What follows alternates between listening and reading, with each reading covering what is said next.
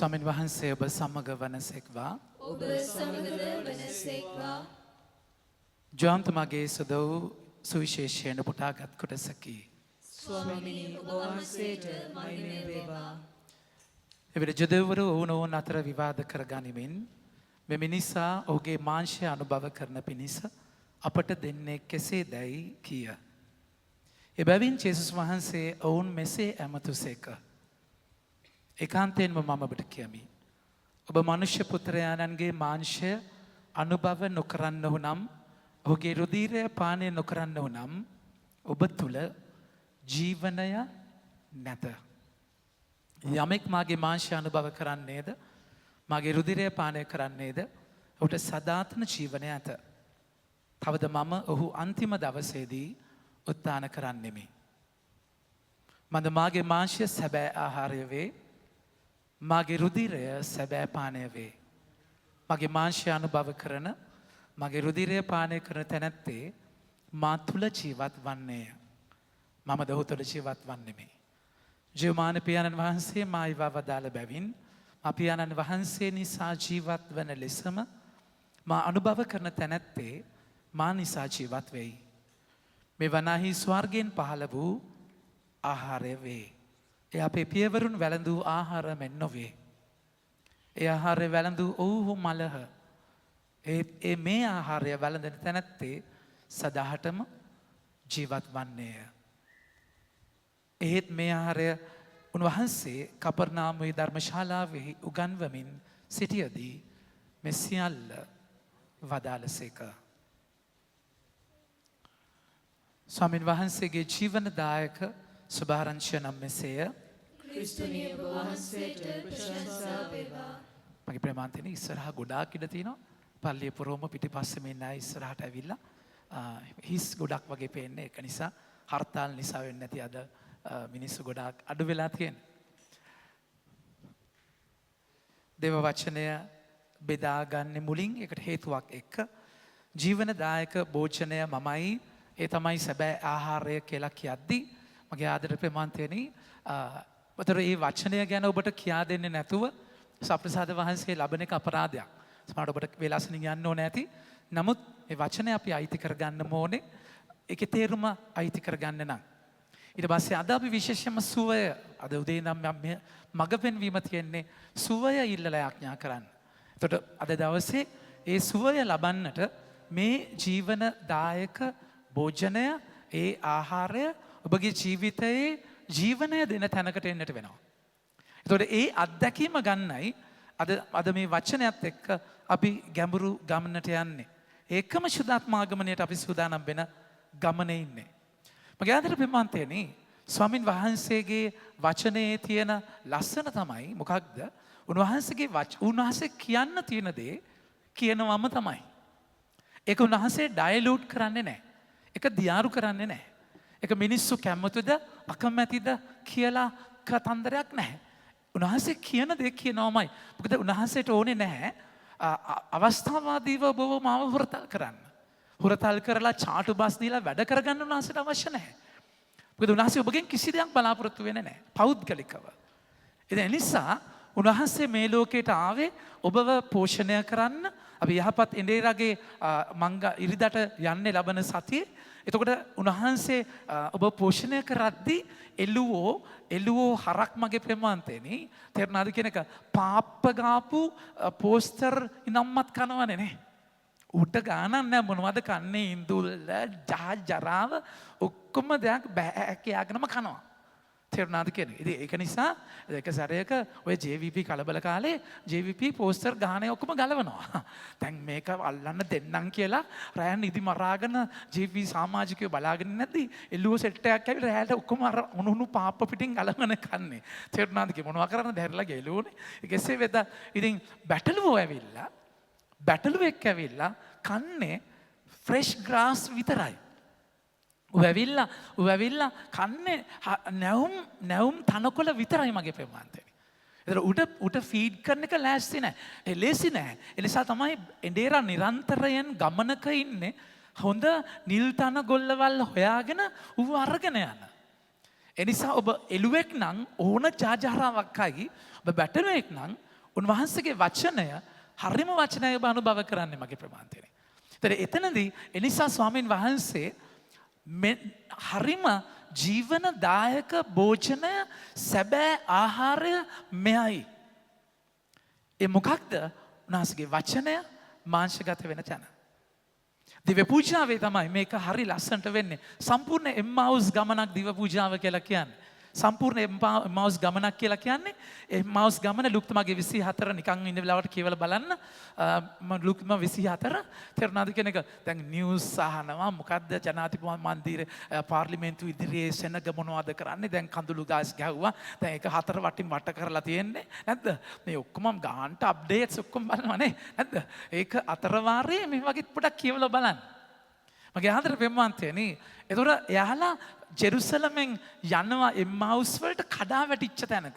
කඩාගෙන වැටිච්ච තැනක යද්දි ඒ ඇත්ත අරගෙන යද්දි ජේසු එයාලා ගාවට ඇවිල්ලා දේව වචනය පැහැදිලි කරනවා. දේව වචනේ පැහැදිලි කරලා ගෙදරට ගියයින් පස්සේ උන්වහන්සේ පූප රොටි කඩද්දී උන්වහන්සේව එලිදරව් වෙනවා, ප්‍රකාශ වෙනවා. එයාලට මතක් වෙනවා දේව වචන කියවද්දි අපේ හදවත් දැවි ඇවිලී ගියා නොවේද කියලා. මගේ ආදර පෙම්වන්තයනි, ඒක මහා ගැඹුරු ලස්සන අත්දැකීමක්. ඒක තමයි මෙතන කියවන වචනය ඊට පස්සේ දේශනා කරන වචනේ සප්‍රසාදයේ ඉස්සරහා ගැඹුරු අත්දැකීමක් වෙන්නේ. මගේ ආදර පෙම්වන්තයනි, එතකොට ඒ නිසා උන්වහන්සේ අද කෙලින්ම කියනවා මාව අනුභව කරන්නම ඕනේ. වෙන විදියක් නැහැ. මමයි මේ ජීවනදායක භෝජනය. ඌ මගෙන් මාව අනුභව කරන්නම ඕනේ. ඒක යථාර්ථයක්. අද වචනේ බලන්න. ජුදයන්ට මේක තේරෙන්නේ නැහැ. වැටහෙන්නේ නැහැ. සුවිශේෂය බලන්න. හැබැයි උන්වහන්සේ ඒක වැටහෙන්නේ නැහැ, තේරෙන්නේ නැහැ කියලාද කතන්දරයක් නැහැ. ඉවර ජුදෙවර වුණුන් අතර විවාද කරමින් මේ මිනිසා ඔහුගේ මාංශය අනුභව කරන මිනිසා අපට දෙන්නේ කෙසේදයි කීය. එබැවින් ජේසුස් වහන්සේ ඔවුන් මෙසේ අමුතුසේක ඒකාන්තයෙන්ම මම ඔබට කියමි. දැන් අතන ආගියුමන්ට් එකක්. කොහොමද එහෙම වෙන්නේ? කොහොමද මෙයා එයාගේ කෑම දෙන්නේ? එයාගේ ආහාරය දෙන්නේ කොහොමද? දැන් මගේ ආදර පෙම්වන්තයනි, මේක කොච්චර භයානකද කියනවා නම් 66 වෙනි වගන්තිය බලන්න. ජුවම් 6:66 කියනවා මේ නිසා, ඒ කියන්නේ මේ ජීවනදායක භෝජනය කියන දේශනාව නිසා, මේ නිසා එවක් පටන් උන්වහන්සේගේ ශ්‍රාවකයෝ ජේසුස් එක්ක ගියාය. එවක් පටන් උන්වහන්සේගේ ශ්‍රාවකයෝ බොහෝ දෙනෙක් පසුබට වී තවත් උන්වහන්සේ අනුව නොගියහ. ඒ කියන්නේ එච්චර රිස්ක් එකක් ජේසුස් ගන්නේ. හැබැයි එච්චර කඩාගෙන යනවා කියලා දැනගෙන ජේසුස් කියන එක කියන්නේ නැතුව, ඩයිලූට් කරන්නේ නැතුව එහෙමම කියනවා. උන්වහන්සේ කතා කරලා කියනවා සැබෑ ආහාරය මමයි. ඔබ මනුෂ්‍ය පුත්‍රයාණන්ගේ මාංශය අනුභව නොකරන්නහු නම්, ඔහුගේ රුධීරය පානය නොකරන්නහු නම් ඔබ තුල ජීවනය නැත. මගේ ආදර පෙම්වන්තයනි, කතෝලික ඔබගේ මගේ ජීවිතයේ තියෙන ලස්සනම තැන ඔක. සභාව සප්‍රසාද වහන්සේට දෙන තැන වෙන කිසිම සභාවක නැහැ. එයාලගෙත් පඳුරු පිදන තැන් තියෙනවා, දිව සුපූප ගන්නවා, වයින් ගන්නවා, කමියුනියන් කියලා තියෙනවා, විශේෂයෙන් මේන් ලයින් චර්චස් වල. ඒ ඔක්කොම තියෙද්දී මගේ ආදර පෙම්වන්තයනි, ස්වාමින් වහන්සේ කතෝලික සභාවේ ජීවමාන වැඩ සිටීම උම්මයාන පෙරසන්නම්, true presence of God කතා කරන්නේ සප්‍රසාද වහන්සේ කතෝලික සභාවේ විතරයි, වෙන කිසිම තැනක නෙමෙයි. ඒකයි අපිට මගේ ආදර පෙම්වන්තයනි, ඒකයි ඇන්ග්ලිකන්, මෙතොඩිස්ට්, ඩච් රිෆෝම් චර්ච්, මේ මේන් ලයින් චර්චස් 7ක් තියෙනවා. ඒගොල්ලන්ට කතෝලික සභාවේ ලබන්න අවසර නැහැ.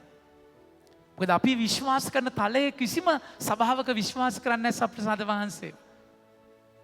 එනිසා තමයි ඒගොල්ලන්ගේ බෞතිස්මය අපි පිළිගත්තත් කමියුනියන් ලබන අපිට කමියුනියන් සප්‍රසාද මේ පල්ලිය ලබන්න අයිතියක් නැහැ. ඒක ඒ තරම් උන්වහන්සේ කතා කරලා කියන්නේ මමයි ජීවනදායක භෝජනය. මම අනුභව කරන කෙනා තුළ තමයි ජීවනය තියෙන්නේ. ඒ කියන්නේ සප්‍රසාද වහන්සේව ලබද්දී මගේ ආදර පෙම්වන්තයනි, අපි උන්වහන්සේව අනුභව කරනවා කියලා කියන්නේ ජුදා සම්ප්‍රදායේ අපි එකට කෑම කනවා කියන්නේ අපි ජීවිතය බෙදා ගන්නවා. එතකොට සප්‍රසාද වහන්සේව මම අනුභව කරනවා කියන්නේ ජීවිතය බෙදා ගන්නවා වගේම ඊට වඩා මා තුළ ජේසු ජීවත් වෙන්න ගන්නවා. ඒ ලේවල බැඳීමෙන්, ඒ මාංශය බැඳීමෙන් මමයි ජේසුයි එක්කෙනෙක් වෙනවා. ඒක හරි ලස්සනයි. සාංගික වෙනවා කියද්දී ඒ ජේසුම තමයි මේ අද අපි සප්‍රසාද වහන්සේ ළමද්දී මේ මුළු දේවස්ථානයම අපේ පවුලේ හැම කෙනෙක්ම එක ශරීරයක් වෙනවා.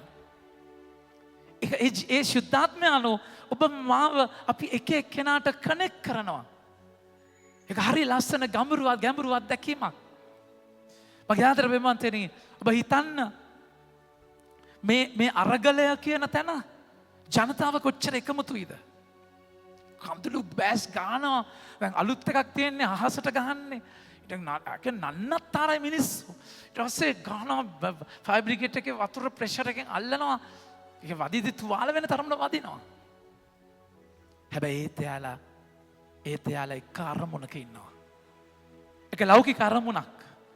ඔබ හිතන්න ලෞකික අරමුණක ඉන්න එයාලා කපුටෙක්ගේ සද්දෙත් එක්ක හෝන් ගහගෙන නැද්ද? එහෙම ගියද්දී ඊයර කපුටා ගියද්දී එහෙම කියාගෙන මේ කපුටු හඬයි මේ දේවලුයි එක ජනතාව එක අරමුණකට එකතු වෙන තැන බලය බලන්න.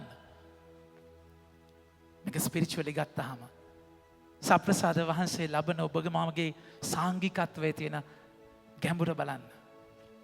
එක අධ්‍යාත්මික අරමුණක් නෙමෙයි.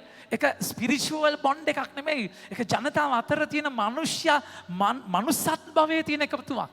එතන ශුද්ධාත්මයන්ව නැහැ කියන එක නෙමෙයි මම කියන්නේ. හැබැයි ඩිරෙක්ට්ලි ඔබ මම ශුද්ධාත්මයන් තුළ එකමුතු වෙද්දී දිව්‍ය සප්‍රසාද වහන්සේව ලබද්දී අපි සාංගික වෙන ගැඹුරක් තියෙනවා. අද ඒක අපි අත්දකින්න යනවා මගේ ප්‍රමාන්තනේ. අද ඒකයි මේ වචනේ මේ විදිහට කඩන්නේ. ඒක අපි අත්දකින්න යනවා. සප්‍රසාද වහන්සේ ලබලා අපි එක සාංගික වෙලා මේ ලොකු පිරිසක් අද නැති වුණාට පළවෙනි සිකුරාදා වුණත් අපි මේ පිරිස එකතු වෙලා අද යාඥා කරද්දී මේ දෙව්මැදුර මහ පුදුම බලයක ඇතුලේ ජීවමාන ස්වාමීන් වහන්සේව අත්දකින්න රාත්‍රියක් බවට පත් වෙනවා. මගේ ආදර ප්‍රේමන්තනේ උන්වහන්සේ එකයි කතා කරලා කියන්නේ. අද සුවිශේෂී බලන්න. නැසෙ පැහැදිලිව කතා කරලා කියනවා. යමෙක් මාගේ ආංශය අනුභව කරන්නේද? මාගේ රුධිරය පානය කරන්නේද? ඔහුට සදාතන ජීවනය ඇත. තවද මම ඔහු අන්තිම දවසේදී උත්ථාන කරන්නේ මේ. මාගේ මාංශය සැබෑ ආහාරය වේ. මාගේ රුධිරය සැබෑ පානය වේ. මේ සප්‍රසාද වහන්සේට වචනය හරහා මාංශගත වෙන මේ අත්දැකීමට කරන්න පුළුවන් දේ වෙන කිසිම දෙයකට කරන්න බෑ. මේක සැබෑ ආහාරය කියලා කියද්දී මේක කනෙක්ට් වෙනවා යෙසායා 55:1ට. එතන තමයි කියන්නේ සැබෑ ආහාරය. මොකක්ද? උන්වහන්සේ කතා කළා යමෙක් පිපාස ඇති සියල්ලෙනි ඇලදොල වෙත පැමිණෙන්න මුදල් නැති තැනැත්තෙන් එන්න අරගන්න වළඳන්න එන්න මිදියුෂහා කිරි ගන්න නොමිලෙම ගන්න කෑමක් නොවන දෙට මුදල් ගෙවන්නේ කුමකටද? තෘප්තිය නොදෙන දෙට වෙහෙස වන්නේ මන්ද? මාහට සවන් දී මා කීදේ කර හොඳම ආහාරය වළඳා පෝෂණය විප්‍රීති වන්න. හොඳම ආහාරය. මගේ ආදර ප්‍රේමන්තයනි ඔබ මම මේකේ බලය තාම දන්නේ නැහැ. සප්‍රසාද වහන්සේගේ අත්දැකීමේ බලය ඔබට මට තේරෙන්නේ නැහැ. ඒක අපි හුදෙක් පුරුද්දක් විදියට ලැබුවට ඒකේ අත්දැකීම අපි දන්නේ නැහැ. මගේ ආදර ප්‍රේමන්තයනි මුල් කිතුණු සභාව හොඳට මම කියන දේ අහගන්න. සමහරවිට මේක ඇට්‍රැක්ටිව් දේශනාවක් නෙමෙයි. නමුත් මමත් කියන්න තියෙන දේ ඔබට කියන්න ඕනේ. මුල් කිතුණු සභාව බයිබලයේ ලියවුනේ මුල් කිතුණු සභාව බයිබලයේ විදියට මෙහෙම බයිබලයක් තිබුණේ නැහැ මගේ ප්‍රමාන්තනේ. හොඳට තේරුම් ගන්න. අපි මේ බයිබලයේ පොත් 74ට කතා කරලා කියන්නේ මොකක්ද? කැනන් කියලා. ඒතර මේකේ මේ පොත් මේ විදියට තීරණය කරේ ක්‍රිස්තු වර්ෂ බයිබලයේ මුල් කිතුණු 400 500 ගණන් වලදී. ඒතර බයිබලයක් විදියට එකතු වුණේ ක්‍රිස්තු වර්ෂ 400 500 දී. එතකොට පුරාණ කිවිසුමේ පුස්කොළ පොත්වල ස්ක්‍රෝල්ස් විදියට යෙසායා තිබුණා, එලෙසකියල් තිබුණා, මේ ඔක්කොම පංච පුස්තකයේ තිබුණා, වෙන වෙනම තිබුණා. අපේ ටෝරා කියලා කියන පංච පුස්තකෙට. ඒක වෙන වෙනම ස්ක්‍රෝල්ස් අරගෙන ඒක එකතු වෙන්නේ බයිබලයේ පස්සේ. උතන මුල් කිතුණු සභාවේ ජේසුගේ කාලේදී මොනවද එයාලට තිබුණේ? එයාලා බයිබලයක් දිගහැරලා කියවන්න තිබුණේ නැහැ. නව ගිසුමක් තිබුණේ නැහැ. මුලින්ම තෙසලෝනික ක්‍රිස්තු වර්ෂ 54 විතර තෙසලෝනි වරුන්ට පාවුලතුමා සංඝ හැදෙද්දි තැන් තැන්වල තෙසලෝනි වරුන්ට ලිපියක් ලියනවා. මෙන්න මේ ඉන්ස්ට්‍රක්ෂන්ස් දීලා. ඒක තමයි නව ගිවිසුමේ දැන් අපේ තියෙන පොත්වල නව ගිවිසුමේ පොත්වල පළවෙනි පොත වෙන තෙසලෝනික වරු ලිපිය. ඊට පස්සේ අනිත් ඒවා ලියවෙන්නේ. ඒතර ලියවිච්ච පොත් දැන් තෝමස් තුමාගේ සුවිශේෂයක් තියෙනවා. තෝමස් තුමාගේ පොත නෑ මේකේ. ඒගොල්ලෝ එකතු කරලා මේ බයිබලය හැදුවා. දැන් අද අපිට තියෙන බයිබලය හරි. අද බයිබලය ලොකු කරගෙන සභාව කඩාගෙන යනවා ගොඩාක් දෙනා. හැබැයි එයාලා දන්නේ නැහැ බයිබලයේ එන්න ඉස්සෙල්ලා තිබුණ ට්‍රැඩිෂන් එකක්. සභාව තුළ මුල් කිතුණු සභාවේ බයිබලයේ තැන් කිහිපයක තියෙනවා හැමතිස්සෙම කියනවා රොටි කඩමින් කියලා. රොටි කඩන්නේ මොකක්ද? පූජාව. බයිබලයේ ලියවෙන්නේ ඉස්සෙල්ලා පූජාව තිබුණා. අද මේ තියෙන දේ ඇතුළු වීමේ ගීතික වෙන්න එක දහසක් සිතුවිලි පසක සභා කියාගෙන ඉදා එහෙම තිබ්බේ නැහැ. එයාලගේ පඳුරු අරගෙන ඇවිල්ලා ඒවා කඩලා ඒවා කාලා කට්ටිය බෙදාගෙන ජේසු කරපු දේ කරා අන්තිම රාත්‍රී භෝජනයේදී. එතකොට ඒක ඊට පස්සේ තමයි බයිබලයේ ලියවෙන්නේ. මගේ ආදරේ මම සප්‍රසාද වහන්සේ වචනයට කලින් මේ බයිබලයේ මේ කතා කරන මේ බයිබලයට කලින් සප්‍රසාද වහන්සේ හිටියා. ඒ සාංගික අත්දැකීම කොච්චර බලගතුද කියලා බලන්න. අද අපි ක්‍රියාපොතේ දකින්නේ පාවුලතුමාව කන්වර්ට් කරගන්න විදිය. ජීවිත වෙනස් කරන තැනදී දැන් සාවුලු මොකද කරන්නේ? ගමාලියල්ගේ ගෝලයා එයාවිල්ලා මාර ප්ලෑන කෙනෙක්, පරිසිවරයෙක්, පුරාණ ගෙවිසුම පැටි මුළු සම්පූර්ණ දන්න එයා විද්වතෙක්. තදයෙක්, පොරක්, චරිතයක්. එයාට තේරෙන විදියට මේ මෝසස්ට විරුද්ධව තමයි ජීසස් ඇවිල්ලා තියෙන්නේ. මෝසස්ගේ විවස්සව කඩනවා මේ මිනිස්සයා. ඊට අමතරව මරුන්ගෙන් නැගිට්ට කියාගෙන විකාරයක් කියාගෙන වෙනම කල්චර් එකක් හදාගෙන ඉන්නවා. එයාට ඒක කාගලා ඉන්න බෑ. එයා මිනිසියෙක් විදියට ජීවත් වෙච්ච විදිය ඒක. උන්වහන්සේ අද කියනවා මගේ මාංශය අනුභව කරන්නේ නැතුව උට ජීවනය නැහැ. හරි මනුෂ්‍ය ශක්තියෙන් බලයෙන් ජීවත් වෙනවා. අච්චර සෙනග කෑ ගහද්දි පාර්ලිමේන්තුවේ අගේට ඉඳන් ඉන්නවනේ ලැජ්ජ නැතුව. දැන් ඉන්නේ බලයක් නෙමෙයිද? මන් දන්නේ නැහැ කවුරු අර අම්මන්ඩි කෙනෙකුත් ඉන්නවනේ කවුරු මන් දන්නේ මෑනියෝ කෙනෙක්ද මන් දන්නේ නැහැ. එයා යන්න කියනකන් දන්නේ නැහැ ඉන්නේ. කෙසේ වෙතත් අපි දන්නේ නැහැ. නමුත් කොහමද ඉන්නවනේ මගේ ප්‍රමාන්තේනේ. මොකක් හරි බලයක්නේ.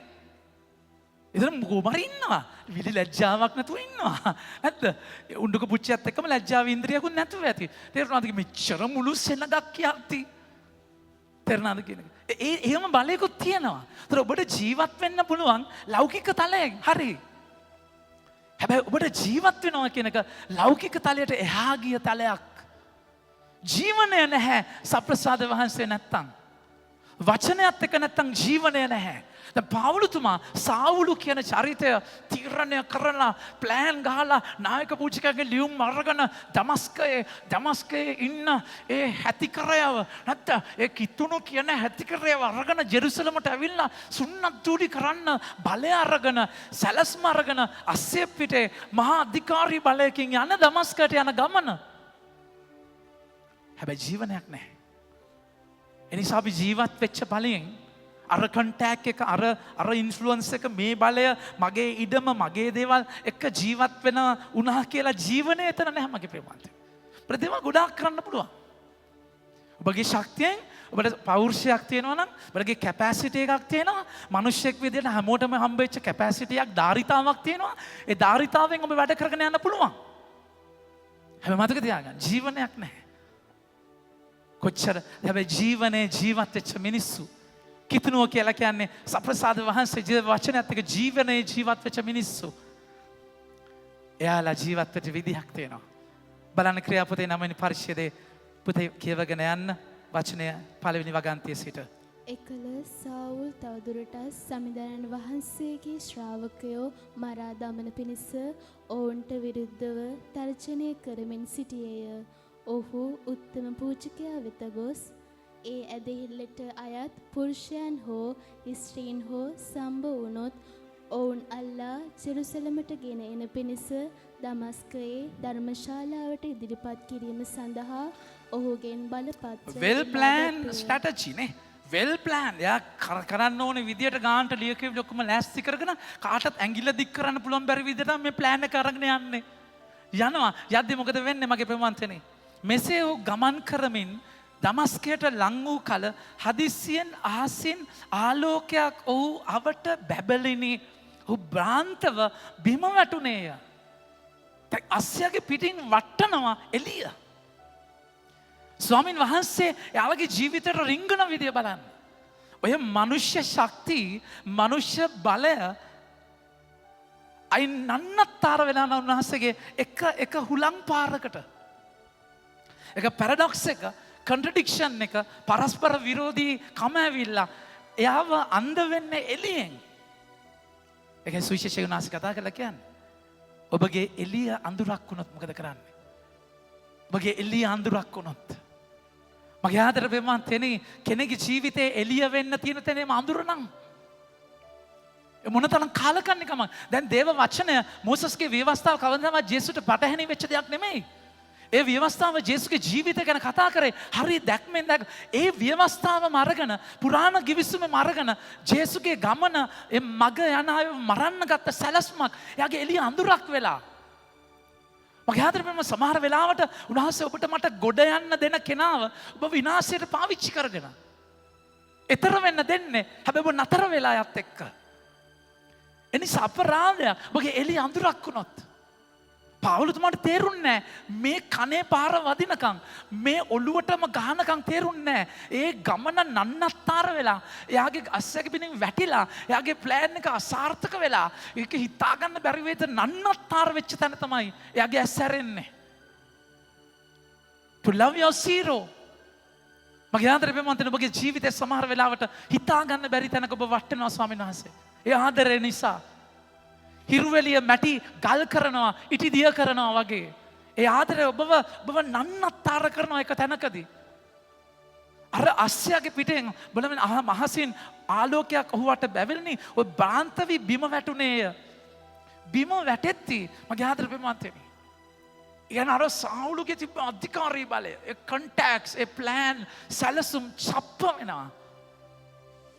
ආදම් කියන වචනේ එන්නේ අදම් කියන වචනේ. අදම් කියන්නේ earth කියන එක, පොළව කියන එක, රතු පස කියන එකයි තේරුම. ස්වාමීන් වහන්සේ මිනිස්යාව මැව්වේ බින්දුවෙන්, දූවිල්ලෙන්. ඒ මිනිස්යා මවන මිනිස්යා ආඩම්බර වෙලා බාබෙල් කොත් හදාගෙන දෙවියන් වහන්සේ සමාන වෙන්න අධිකාරී බලය, මානෙ, උද්දච්චකම එක ඉන්න තැන්වල උන්වහන්සේ ආයි අදම් කරන්නට ඕනේ. පොළවේ පස් කන තැනට වට්ටන්න ඕනේ.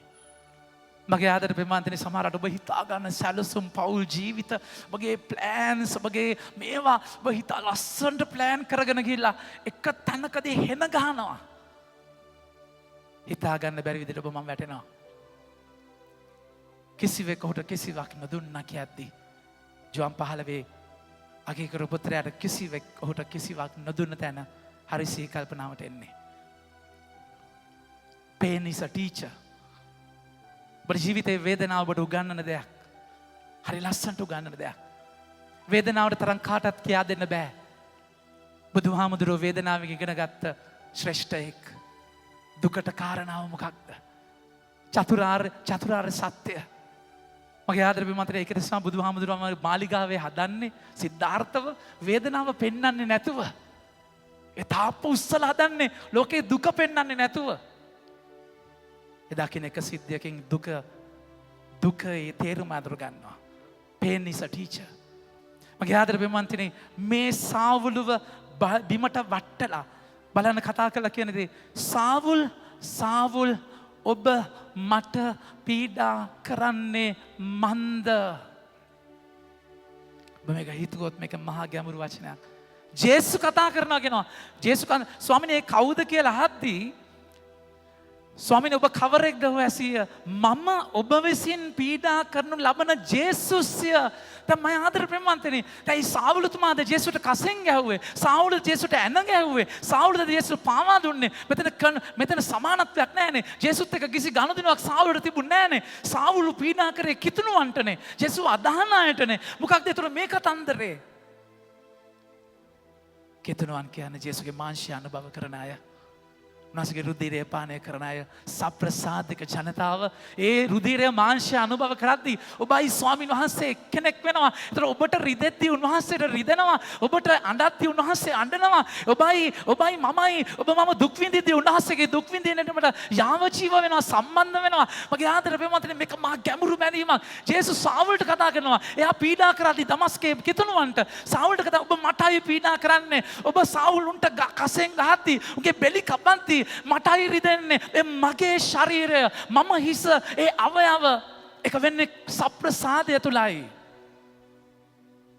මොනතරම් රිලේෂන්ෂිප් එකක්ද? මොනතරම් බැඳීමක්ද? මේකේ රහ දන්නවනම් මේ මිනිස්සු පූජාව කොහෙද තියෙන්නේ? ස්වාද පූජාව තවසේ පූජාව මට ඕනේ කොහෙද තියෙන්නේ? පොර කාගෙන එන්න ඕනේ. අරගලයට දෙන්න බැරි දෙයක් පූජාවට දෙන්න පුළුවන් මගේ ප්‍රේමාන්තේනි. ඕන ලොක්කෙක්ට දෙන්න ඔය ලොක්කෝ ගිහිල්ලා මේ ළඟේ මොන ලොක්කෝ වේද අපි දන්නේ නැහැ. ඊට පස්සේ මොන විදියට හුරගෙන කයිද කියලා අපි දන්නේ නැහැ. සප්‍රසාද වහන්සේට තියෙන ඕනේ කැක්කුම ඒ ආදරය ඒ තුල ජේසුට සම්බන්ධ වෙන සාංගිකත්වය මගේ ආදර ප්‍රේමාන්තේනි හිතා ගන්න බැරි දෙයක්. අද මම මෙතන ඉන්නේ සප්‍රසාදේ නිසා. හදන්න බැරි වෙනස් කරන්න බැරි ජීවිතේ හයිපර් ඇක්ටිව් කැරක්ටර් එකක් වෙච්ච මාව කියන හදනවද හිතා ගන්නත් බැරි මාව මගේ අම්මා මට දීපු ලස්සනම තෑග්ග පුතේ කමක් නැහැ දවස ගානේ ජේසුව ලබන්න. දවස් ගානේ ජේසුව ලබන්න. කළුතර ඉඳන් සෙන්ට් පීටර්ස් යන්න පාන්දර 4 නැගිලා බස් එකේ ගිහිල්ලා ඊට පස්සේ වාහනේ අරගෙන ගිහිල්ලා ඊට පස්සේ ඒගොල්ලෝ තීරණය කරනවා වැල්ලවත්තේ දෙහිවල පීටර්ස් ලේන් එකේ ගයක් අරගෙන අපි 4 දෙනාව අම්මා වෙනම තියාගෙන තාත්තා කළුතර ඉන්නේ. එතන ඉන්නේ උදේ පාන්දර පූජාවට එක්කගෙන යන්න. හැමදාම හරක්ම දක්කගෙන යනවා වගේ එක්කන් ගියා. මම ලැබුවා හැමදාම ලැබුවා. උදේ 6 මාර පූජාව නැත්තම් ඉන්ටර්වල් එකට හරි ගිහිල්ලා ලබන දවස් ගානේ ලැබුවා. මම වෙනස් වෙන එතනින්. අදටත් මම ජීවත් වෙන එතනින් මගේ ප්‍රේමවන්තනි. පූජාව නොතියවන දවසක් නැහැ. සප්‍රසාද වහන්සේ නොලබන දවසක් නැහැ. එතනදී ජේසු කතා කරලා කියන්නේ සාවුලු ඔබ මටයි පීඩා කරන්නේ. සප්‍රසාදය තුල ඔබට මට වෙන දේ ඔබට හිතා ගන්න බෑ.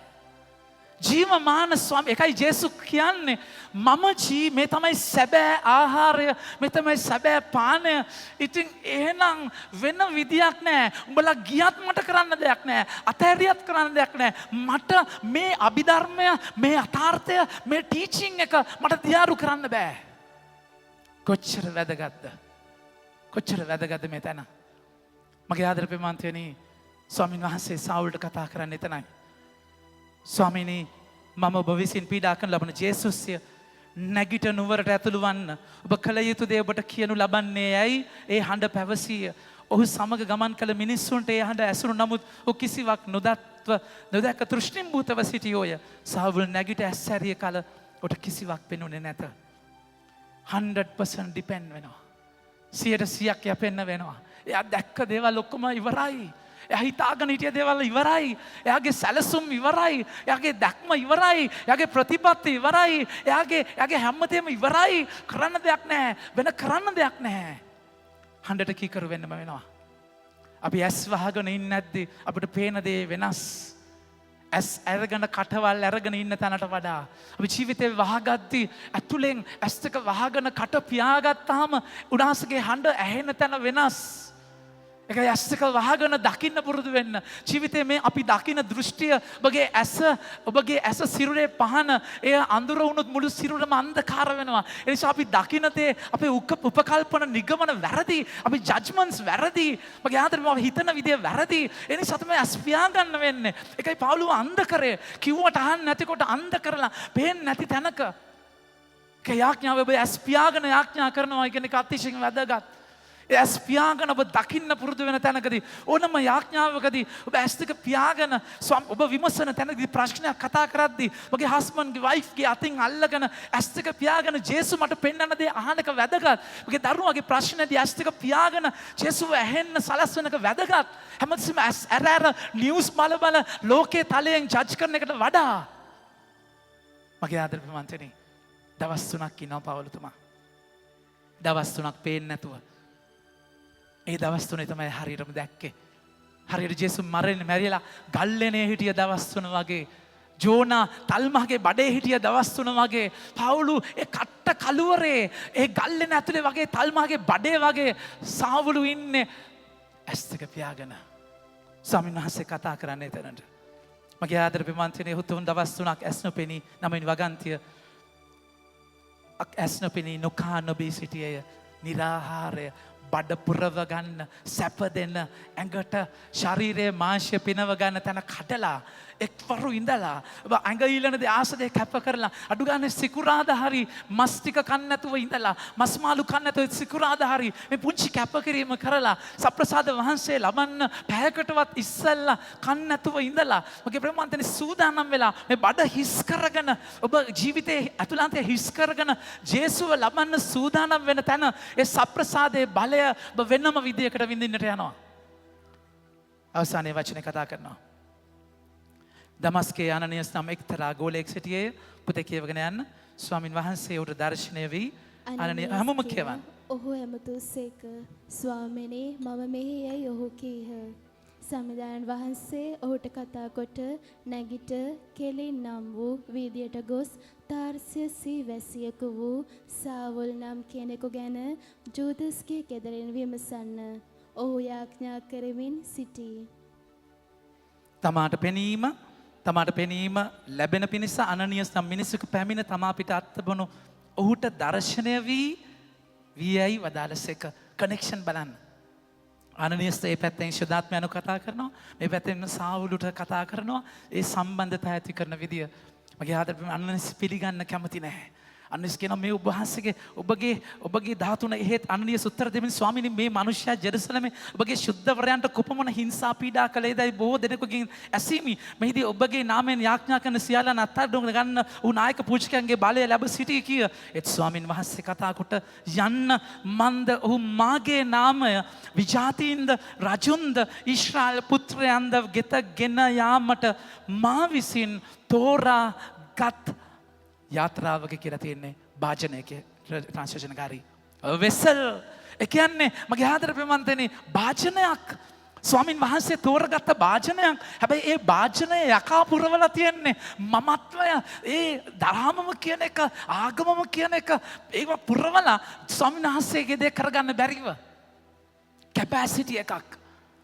ඒ කැපැසිටි එක තමයි ස්වාමීන් වහන්සේ පාවිච්චි කරන්නේ. ඒ භාජනය හිස් කරලා අස්සයගෙන් පෙරලලා හලලා හිස් කරලා අන්ධ කරලා නන්නත්තර කරලා හැබැයි ඒක පවුලගේ ඇස් වලින් නන්නත්තර වුණාට ස්වාමීන් වහන්සේගේ ඇස් දෙකෙන් එක වරප්‍රසාදය හිස් කරන අත්දැකීම. කියන ආලේප කරන්න. බෞතිස්මය කරන්න. බෞතිස්මය කරන්න ආලේප කරන්න. මාගේ නාමය කොප් නිසා කොපමණ දුක් විඳින්න ඕනෑද කියා ඔහුට දන්වන්න මේ වදාළසේක.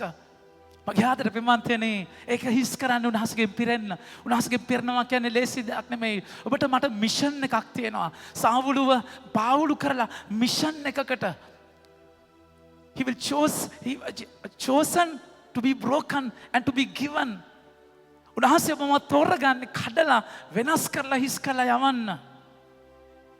ඒ සප්‍රසාදික ජීවිතය සප්‍රසාදය අනුභව කරන අපි මගේ ආදර ප්‍රේමන්තයනි. උන්වහන්සේ සප්‍රසාදයේ වැඩ සිටීම් දෙකක් තියෙනවා. sacramental presence. සක්‍රමෙන්තු ගත වැඩ සිටීම. ඒක තමයි ජීවමාන ස්වාමීන් වහන්සේ ඉන්නේ අපි නමස්කාර කරලා යන්නේ. අනිත් එක mystical presence. සාංගික වෙන තැන. සප්‍රසාද ලබන අපි කමියුනිටි එකේ මිස්ටිකල් ප්‍රසන්ස් එක තමයි කියන්නේ සාවුල ඔබ මට පීඩා කරනවා කියලා. ඒතර ඔබ මම ලබන අපි සප්‍රසාදික ජීවිතයකට යන්නට ඕනේ.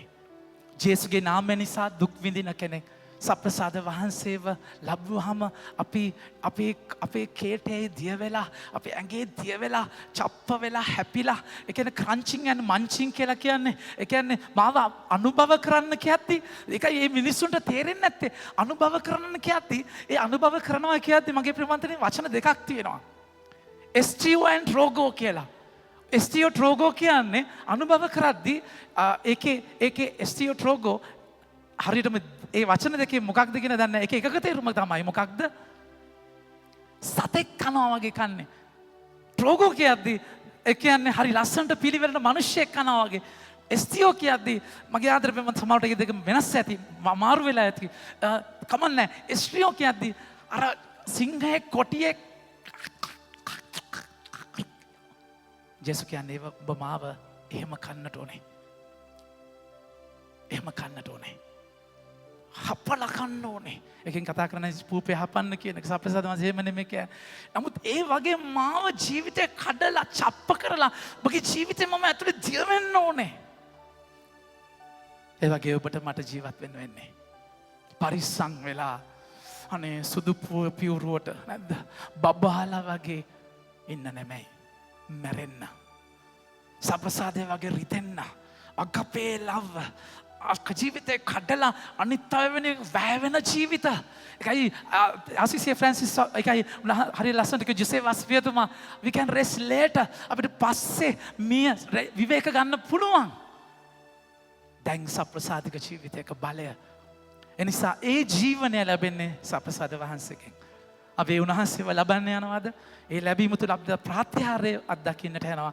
ජීවමාන ස්වාමීන් වහන්සේට ගැඹුරු ගමනක් තුළ විශේෂයෙන්ම ඒ ජීවනය තුළ අපේ ශරීරය තුළ ඇති හැම දුර්වලකමක්ම මානසික හැම අබල දුබලතාවයක්ම සුව කරගෙන ස්වාමීන් වහන්සේගේ බලය අත්දැකලා සෙන්සෙලෙප්පෙන් අධිකාරී බලෙන් සේවය කරන්නට අද අපි මේ ආගය තුළ ශක්තිය බලය ඉල්ලලා යාඥා කරනවා.